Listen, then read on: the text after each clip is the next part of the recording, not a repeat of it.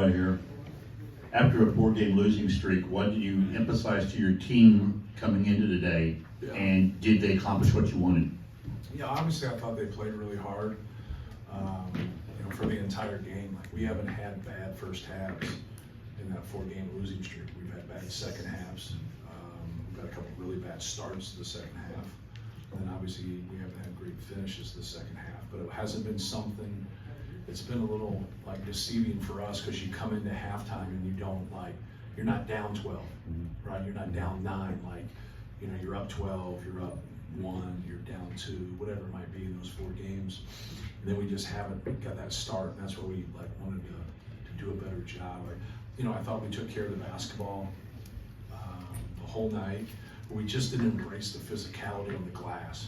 We got manhandled in the first half and shots went up. I thought Cam really gave us a spark in the second half, defensive rebounding. We've had success in transition, pushing the basketball, and but if you can't rebound the basketball, you're not going to get into transition. So I thought our activity on defense was good in the first half. We forced them into 8 turnovers probably in the first 10, 11 minutes.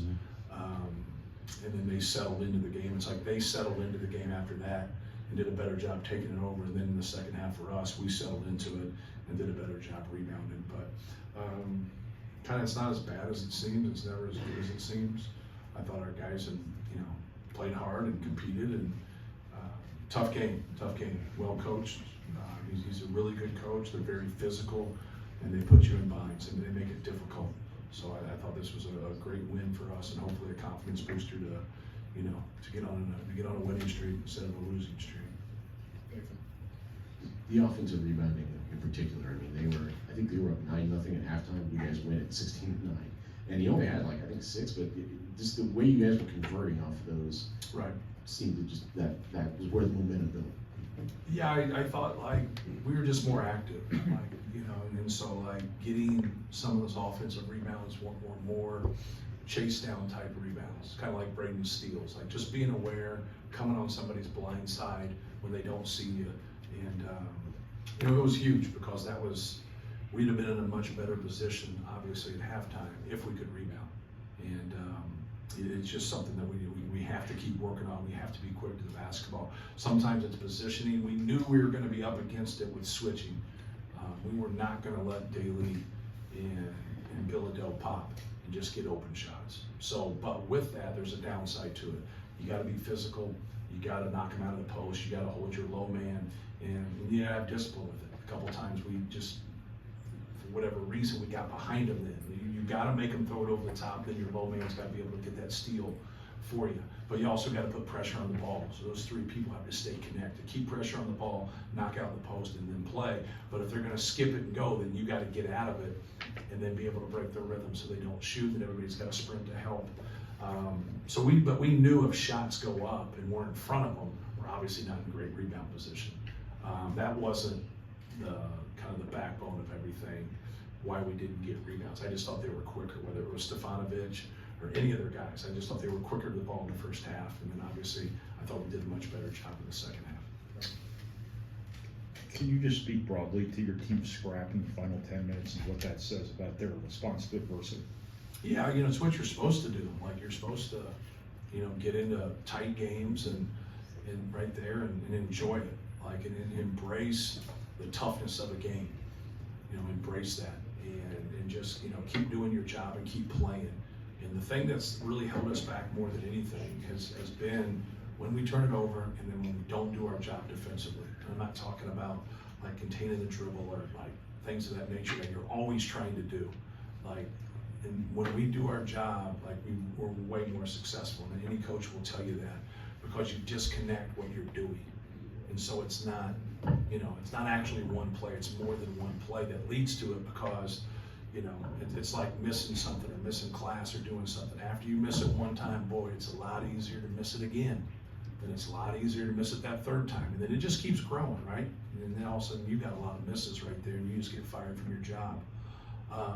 But more than anything, it can build the other way. When you keep doing your job and then they make tough shots, live with it. Understand you got to live with some of those tough shots. But you can't put people at the free throw line. You can't allow layups. And so that for us is what we got to hang our hat on. We got to hang our hat on doing our job, embracing the toughness and the physicality of the game, and just keep making plays and having fun with it. Because when you have fun with it, you're going to be more loose on the offensive end. You're going to shoot better.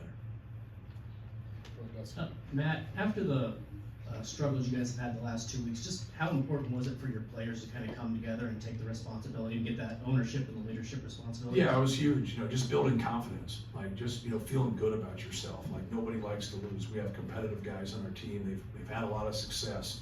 So this is the first time anybody has had 4 games losing that are playing on our team. So I don't care who you are as a coach. I don't care who you are as a player. You have self-doubt. All right, and then when you lose games, like now you start to look into it, but you gotta stick to what you're doing. When you stick to what you're doing and you stay connected and you fight, you're gonna grow and you're gonna get out of some things. And so hopefully we can build and just get better at it. You gotta relearn some things, and but I definitely think this will help us and help. I know it'll help us and it'll help our confidence, because this was not easy. This was not easy. This was a great win. Guys had to make plays. Guys had to make tough plays, make huge shots, and because that's a really good team. That's a team that can go far in the NCAA tournament. Now, when you're scoring 20 to 25 points a night, you're a natural leader. But how necessary was it that Trey grew as a kind of a vocal leader and a guy that these guys could go to with questions and things of that sort? That the type of guy that calls these guys into a players only meeting. Well, it's got to be able to. It's no different than meeting with a therapist or like meeting with a counselor, things of that nature. Like you can't interfere, and you got to trust your leaders, because that's when that happens and you interfere, it doesn't allow it to be whole, and then you're not going to get anywhere with that. You're not going to make improvements. So the one thing is, when you call meetings and you do things as an individual like that, like you got to own your stuff to start with. And once you own your stuff, now you can grow. Now it's easy to speak. And so I always say about that as a coach is like, I got to fix, I got to fix my shit before we fix yours. So, all right, and then that's just what it is. And so if you take ownership as a player, because the coach takes ownership, now you're going to grow, and now you're going to get better. But just watch film and be honest. But when you have meetings like that, those are better. It's just like, we've grown into a handful of times of having player-led teams. And sometimes they look at that as a weakness of a coach. It's actually a strength of his coach, because you're empowering your players. But you can't empower people that don't do what they're supposed to. You've got to empower the people that put their foot forward, they own their stuff, they get better, they want to help Purdue win. We had a couple guys play the whole game tonight, and they normally do it anyways, but they played and they were functional, and they battled through fatigue, and they battled through locking horns with those guys. That's a good team, man. That's a good team. Like if a football game broke out, we're not winning that. We are not winning that game. But there's no reason we should fumble though, right? Shouldn't get interceptions, right? Take care of it. Learn to play and play to your strengths. And when you do those things and you have 9 turnovers, you're giving yourself a chance. And sure, you struggled on the glass, but you gave yourself a chance. And when we do that, we have 9 turnovers, or we're in that ballpark, we're normally pretty successful. Casey. Oh, yeah, go ahead, Casey. Sorry.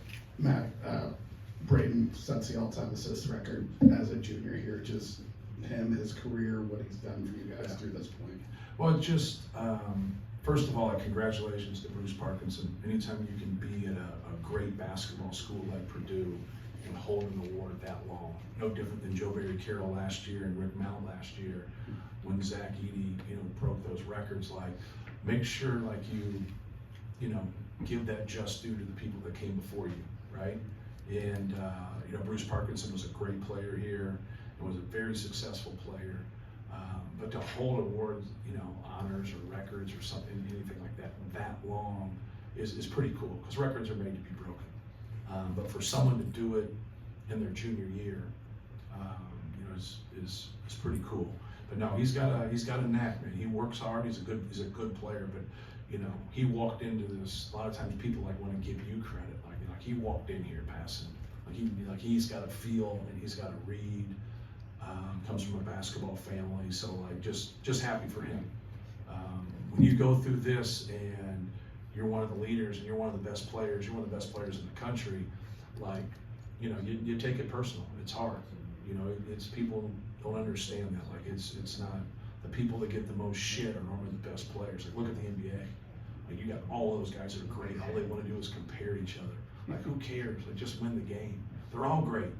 They're all great. Like, you know, give them all their flowers, right? Like, but like, there's always that comparison, and that's, you know. But for him, man, he's stayed with it. He stayed with it. Fletcher, Trey Kaufman, they've stayed with it, and that's what we need. Like, we need those guys, you know, at the front of the battle, and you know, fighting people and doing the right things, and just helping Purdue win like they've done their whole career. Hey, Matt, what's it like for you this season? You're typically the team with all the big guys, and you're looking out on the floor and you're seeing guys that are bigger than Purdue. How big of an adjustment has that been for you this year to be doing that? Yeah, I think it's totally ridiculous.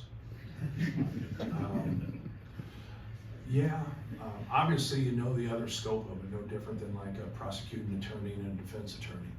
Like, you know, some of the best defense attorneys are people that started off in the prosecutor's office for 7-8 years. They understand the other side.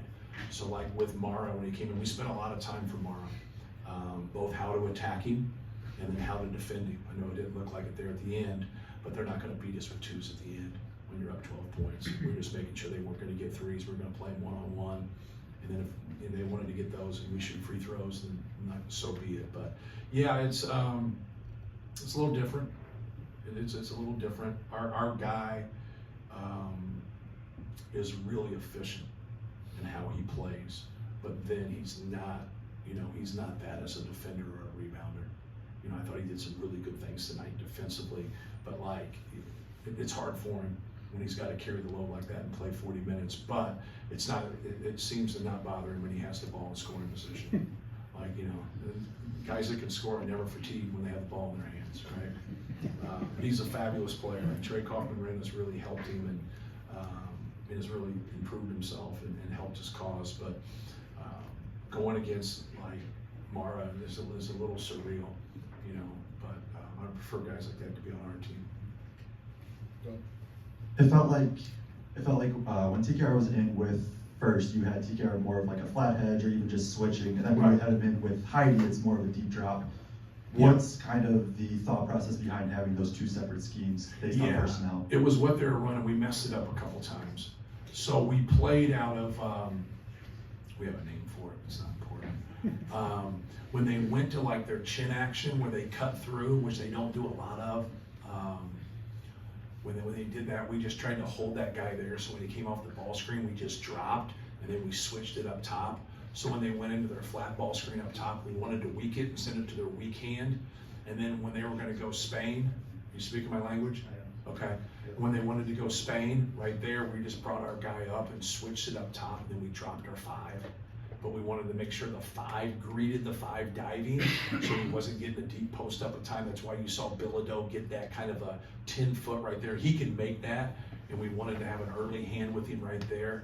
But we just didn't want Andrews and Sebastian Mack attacking Trey.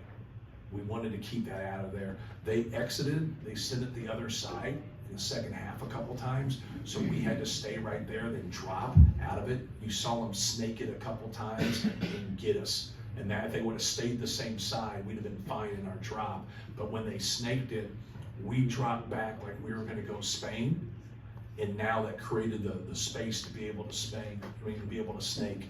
So then we switched at the end of the game and told him to touch his shoulder, and when he exited out of it, we would still stay with it like we did, because you just can't ignore that when he goes to the other side.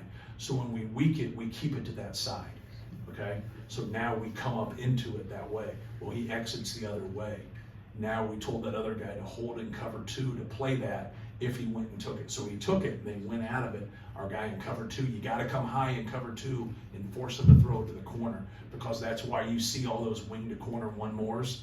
You got to eliminate it, so they got to 1-more and invert it, but throw it to the corner. But when you throw it to the corner, that's hopefully more time. Then you X out of that in your rotation, then everybody has to come over to it.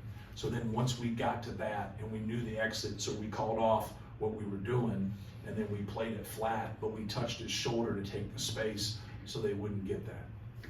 Make sense? I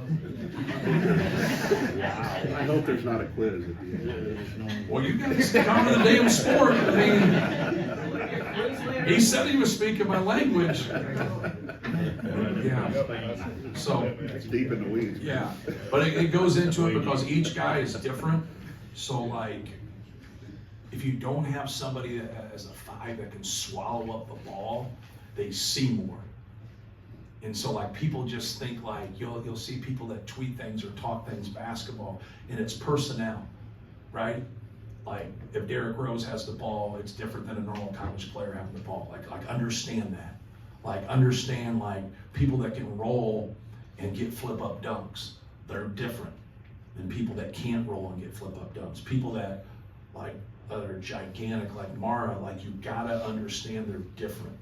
And you can't let them get into operating areas. Like Mara needs to be at 12 feet and keep him there, because when he gets to 6, you're at his mercy, right? And so like now when you go into the game and you do stuff, like everybody looks at things and like when you struggle, like you should do this, you should do that. I want to keep Trey Kaufman, Ren, and Braden Smith on the floor, because I feel like that's our biggest disadvantage if they're not playing. You can like tonight, like how does the game happen if they both get in foul trouble? Like how does it like, right? So like sometimes when you do things, you gotta be careful, because at times I used to always high hedge. We'd knock it out, we'd push you back, but we'd always get 2 fouls when we came up in high hedge. I don't want Trey Kaufman to foul. He already fouls on his own, right? So like I can't do that. I can't, and so sometimes it's easy to look at something and say, man, you should do this. I feel the same thing. But I know that's probably going to generate a foul from him, and I want to keep him in there, because at the end of the day, if we take care of the ball and we execute offensively, we make ourselves a better defensive team. It's not an end-all be-all, but it does help us, and the numbers prove that. So, Just your sideline mannerisms in a game like this. Is that something you've had to think about over the years? And I mean, you stay pretty stoic. Is that a choice? it's a choice, yes. I'm not always stoic. It comes in time. I just jumped, when I first started, I just jumped over the fight too much. I was too emotional. That's why I changed it to football, and how like Sasha has out of bounds plays, PJ has offense. We split the scouts between Terry and Paul. B always handles personnel, because I want everything to be clear. I want everybody to know what they're supposed to do. I don't want that back and forth with 4 different opinions from 4 different people. Let's set our standard, let's set how we're doing things, but let's work on things. Like when we get in June and July, like we practice, because it's the most important thing. If you're a good player, like you're gonna work on your game, because this is how you got here. But like you need to know what's going on. Like you need to know those types of things. So at the end of the day, like we're always like, hey, let's do our job. Let's do our job. We started in June, we worked in July, we got back to school in August. First day of school in August, we practiced 2 hours. They give you 4 hours, a lot of time, right? So they give you 4 hours. We practice twice a week for 2 hours until we get to regular practice. So anytime we get on them, I just want them to know like what they're doing more than anything. So I don't need to go back to things. You know what you're doing. You're an intelligent person. You got a minute into Purdue. Like you know your job, and do your job and have fun with it. And so, but I know this, when I'm stressed out and I get worked up and I do things, they're stressed out. I want them to have fun. I want them to play. I want them to be on edge. So sometimes you got to be able to get them and flip them. But that's really my personality. It's not always my competitive personality, but it's really my personality. So, but if you just dive into being yourself, like now you're off, the authenticity of it really helps, and that's what really you want them to do. You want them as people, like be yourself. It's okay. Like don't worry about anything. Like as long as you're not doing stupid shit. Like be yourself. Like, and I think that really helps them grow, and it kind of empowers them. It kind of empowers them. It does empower them. Brian, Can it be important to a team's psyche when the same things were kind of happening? You were up 10 in the first half, got away, and then the first 10 minutes of the second half, they're shooting 75% like the last couple opponents did, and then your guys beat it back. Right. Can that be important to a team's psyche when you see it all happening again, and then you just respond differently? No question. Like we haven't played well in the second half. We've also played good teams, and some of it was self-inflicted, some of it was other teams playing well. Probably a combination of both, but yeah, anytime you get back somewhere where you had success, then you have struggles, and now you have success again, it's good, because you can't worry about everything. You just simply can't. But you gotta worry about yourself. Like you gotta be able to say, hey man, we're in competition. Like here it is. Like embrace that and embrace those tough moments because that's what makes you special. Okay, last one. Just you already mentioned before, Cam, 9 rebounds in 12 minutes in the second half. Just how did that feel? Was that individual response to that accountability Yeah. and that embracing the toughness that you Yeah, I thought he had 3 opportunities in the first half to make similar plays that he made in the second half, and he didn't. Couple weak sides, couple rebounds, got his hand on one basketball that he had to get. And like we talked to him about those things. We talked to him about this week. It's just like you've got to be able to embrace that physicality, especially in work downhill and go rebound and get possessions for us. We didn't just say it to him; we said it to everybody. But I thought he was great. And it was one of those things that kind of like Miles in Indiana. Like it made more sense for him to be on the floor. It made more sense for Cam to be on the floor. And so like I think it's the ultimate compliment when you come off the bench. Is like when you force the coach to play him. And we were better with him in there. And I thought he did a really good job of giving us a spark. Thank you. Good. Thank you. Thank you. Yeah.